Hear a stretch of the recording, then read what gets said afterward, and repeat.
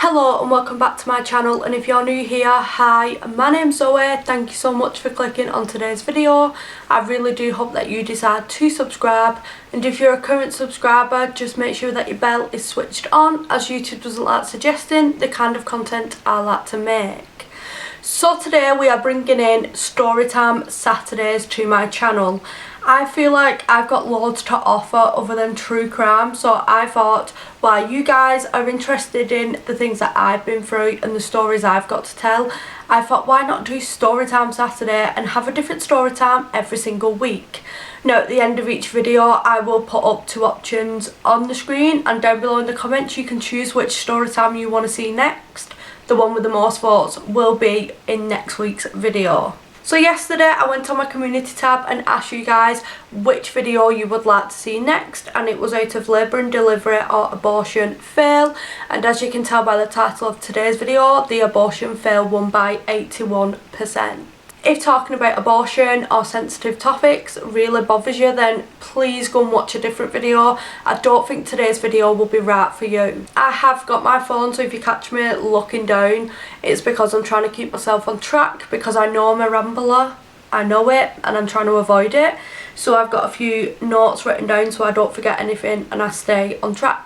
So basically I was excited to talk about abortion fails, as you hear about people getting abortions but you don't hear about what happens when they fail or go wrong. So if anybody is going through something similar, they've got a story that they can relate to and they don't feel alone, because that is the worst thing when having an abortion, is you feel alone, because there is such a stigma around abortion and you feel like you're getting judged by everyone. So that's why I wanted to put this video together, to make other people feel better. So back in the beginning of 2018 I had been with my partner, my current partner, for around 2 years.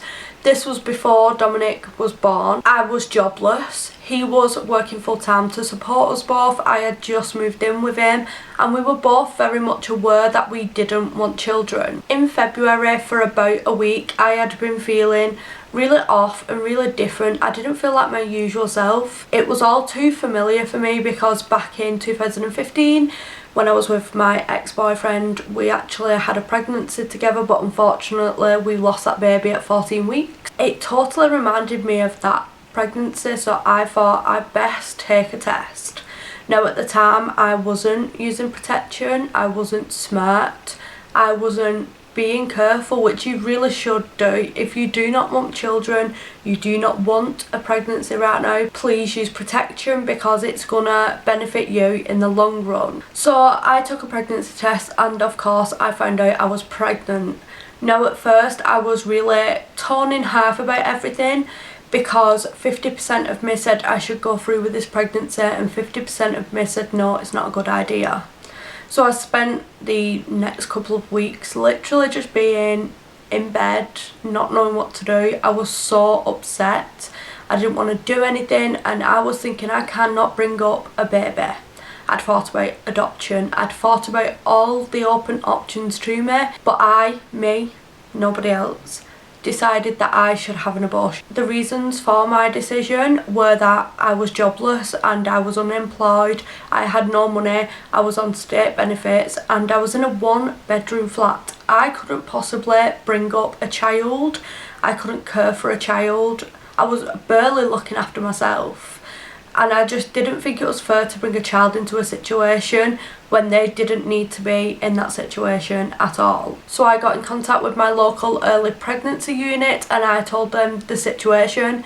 I said I'm a couple of weeks pregnant and I've decided that I want an abortion and I don't know where to go, because it's really hard to find that information. You don't know where you can go to actually get an abortion, but they passed me on to a brilliant company which does abortions, and it's through the NHS and stuff. I will leave them linked down below. I'll put the name on the screen because it has totally gone out my mind, but I'm hoping editing Zoe will be able to remember and put it on the screen for you. But this company was absolutely fabulous. They did a brilliant job when it came to doing the abortion.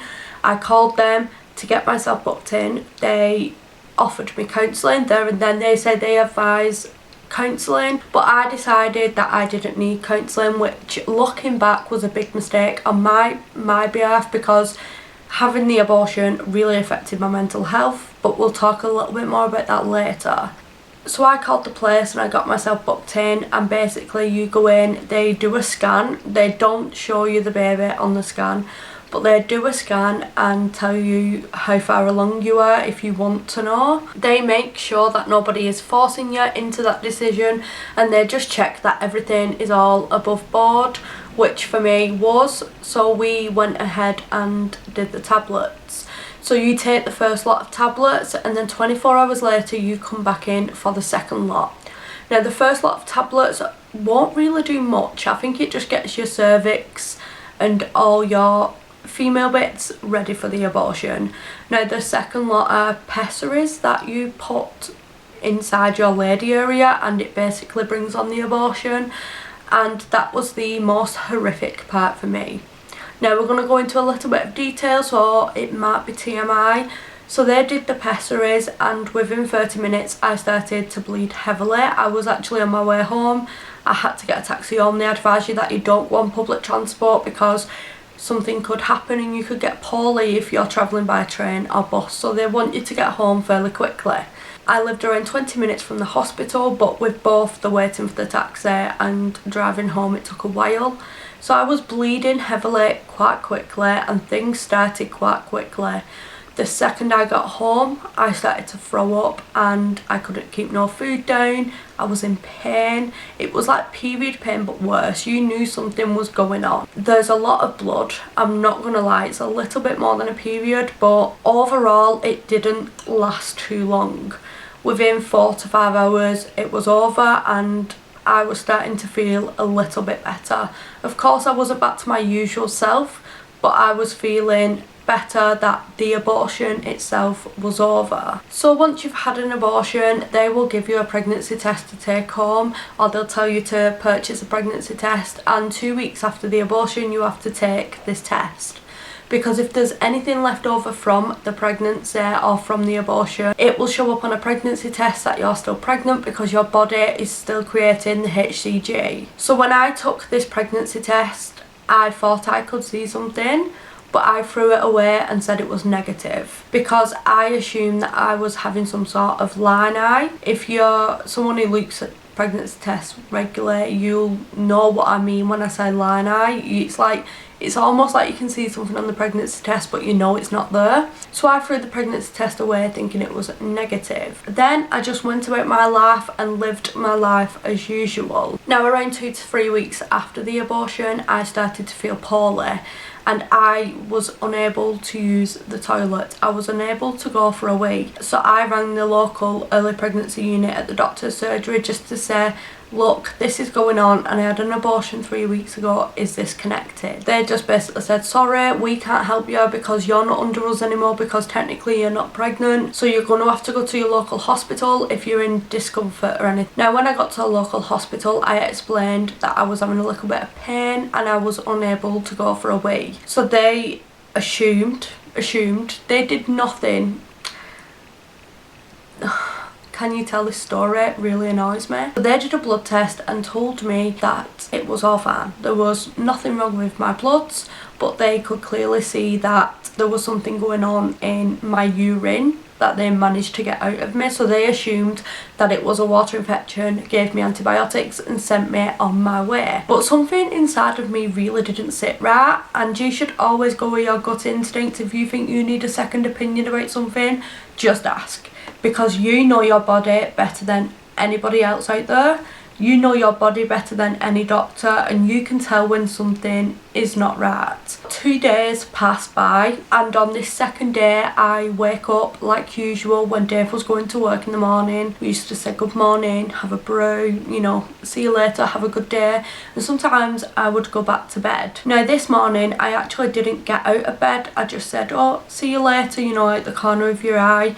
And he left and I went back to sleep. I woke up around 11 AM, and when I woke up I couldn't move. I was in excruciating pain, not just in my stomach, it was literally from my head to toe. I felt like I couldn't move my muscles, so I instantly panicked, and I actually had an appointment with the doctors later that day because of everything that had been going on. They just wanted to check me over at the GP centre, check that antibiotics were working, etc, etc. So I rang my GP and I said, look, this is happening, I really want to bring my appointment forward, I want to come in a little bit earlier. She said, it sounds like there's something bad going on, do you want to ring 999? And I said, I don't think I need an ambulance, I just need to see somebody like ASAP.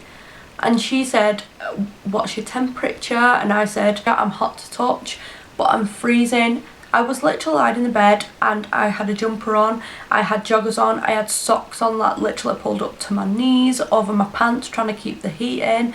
I had a blanket, I had the big heating on, and I could not get warm, but yet I was roasting and sweating on the skin. So she said, it's obvious that you've got a high temperature and the pain that you are describing sounds to me like there's some sort of infection going on somewhere.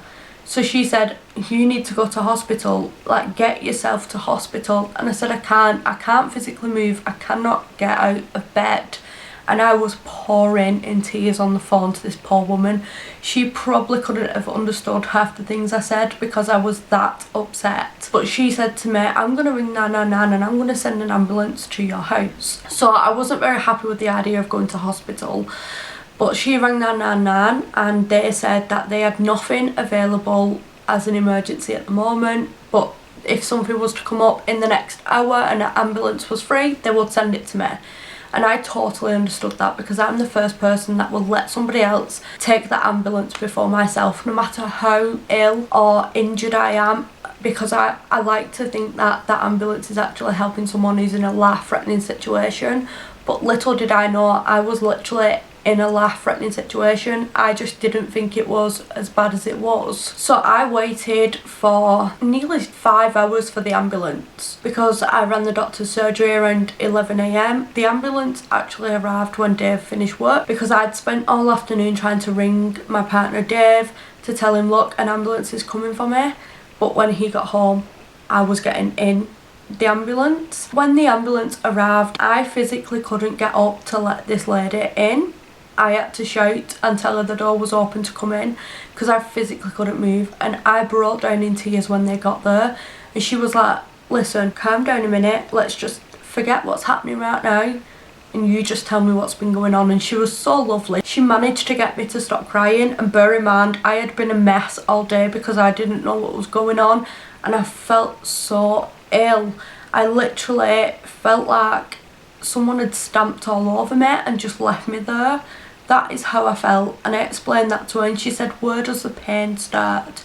And I said, it's my stomach, and it's going down into my legs, it's going into my arms. I said, I'm aching, I'm in pain. And she said to me, sounds like this water infection that you got diagnosed with a couple of days ago has started an infection that's probably spreading around your body. She tested my temperature and it was around 44 degrees from what I remember. Now, as you know, a normal temperature for normal average person is 37 degrees, but mine was at 44, so she was instantly worried that there was something more sinister going on with this infection. So she said, right, get up, we're gonna have to take you to hospital. So I was quite hesitant about going to the hospital because I had just been to the hospital and they kind of fobbed me off and said nothing was wrong.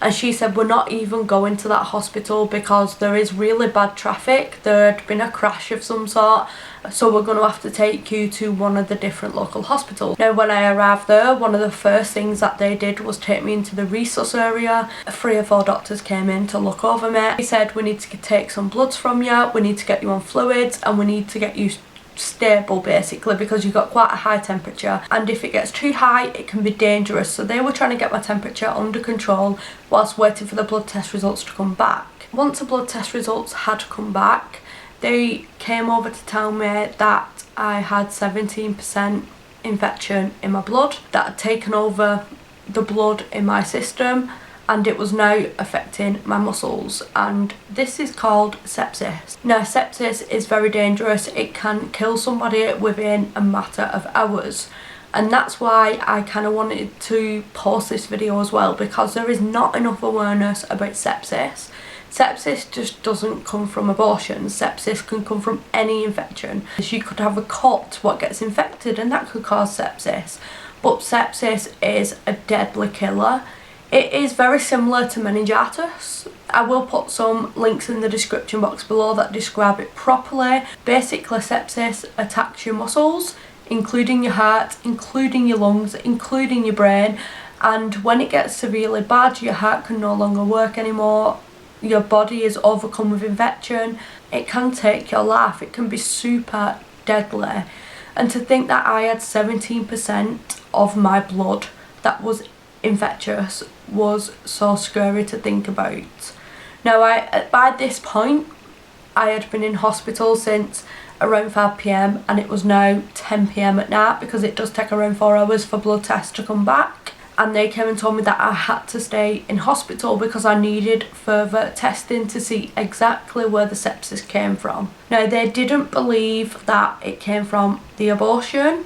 They thought it could be from my bowels. So they kept me in and I stayed in a total of 7 days, I think it was. And each day I was on fluid and I was on IV antibiotics as well, because they were trying to pump the antibiotics into my system, because it seemed by that point as well that my body was so poorly that it wasn't absorbing the antibiotics when I was taking them in the pill form, hence why they didn't start working when I started to take them 2 days before. During my stay in hospital, it was quite clear just how poorly I had gotten. I ended up with cold sores all around my mouth. I ended up with sores on my bit. My body was just absolutely all over done in. I was in pain still. I was on high painkillers to get rid of the pain. They did an ultrasound of my lady areas just to see what was going on. There wasn't any pregnancy left. I wasn't bleeding from the pregnancy, but they do believe that that triggered the infection. So during the doctor's investigations, they did ultrasounds and blood tests and did smears. They tried to find out where this infection was coming from. So after 7 days in hospital, they assumed that it was the abortion that caused the infection. I never got any clear answers though. I was just discharged. Now, when I was discharged, I was still very poorly. I went home and I was literally on bed rest for around 2.5 weeks. My body had physically been through so much. It takes a lot for your body to fight an infection, and especially when it isn't winning against that infection, your body is working super hard. So it took me a while to get back on my feet. Of course, I was on multiple antibiotics and painkillers when I got out of hospital. I was really grateful that I had my wonderful partner, because he literally took time off work to come and see me every day in hospital. He took time off work afterwards so he could look after me. He made sure that I was always feeling okay. But overall, despite my bad experience, I don't regret that abortion at all. Now, shortly after this, I think it was around a month or 2 after the sepsis, I actually found out I was pregnant again. Now, my circumstances had totally changed. I felt like I could look after that child, and I have been able to. I have worked my ass off to look after my child. I think I've done pretty well. That doesn't change the abortion. That doesn't make me regret the abortion. But if I didn't go through all that, I wouldn't have the child that I do today, and I love him to pieces. So if you're somebody who's going through a termination or considering a termination or been through a termination and you need somebody to speak to, do not hesitate to send me a DM. My Instagram's down below. I answer everybody. If you want to share your experience with me, then please send me a DM. To anybody that's watching my video, you are not alone. Please don't feel like you're alone. There are avenues out there that you can take. You can DM me and I can try and point you in the right direction. Please do not feel like you're alone, because you're not. I'm going to leave a website down below that will go over all the symptoms of sepsis. I will also make an Instagram story and post that you can go over to my Instagram and share. I will also do that on Twitter, because we need to talk about sepsis more, because it really is a deadly killer. At the moment, as far as I'm aware, the only symptoms of sepsis that are commonly shown is flu-like symptoms, like the symptoms I was experiencing, being in achy pain, feeling sick, having a temperature, not being able to get out of bed. they are all the same symptoms of the common flu. So people usually mistake the symptoms and don't get the help in time. So it's a really good idea that we share this information around so people can just be wary and be more knowledgeable when it comes to sepsis. So I feel like this video is a little up, down, side to side. I'm not a Storytime YouTuber. Even though I'm going to start doing Storytimes on this channel, I feel like it's a new thing for me. And after last week's video, I'm really enjoying editing these videos. I really enjoy doing true crime. Don't get me wrong, I still plan to do true crime. In a true crime video, you've got to be more serious, you've got to be more concentrated on the case and getting the top points around the case out there. And when you're editing, your footage is very serious, whereas I feel like with these videos I can be a little bit silly and you guys can get to see the better me.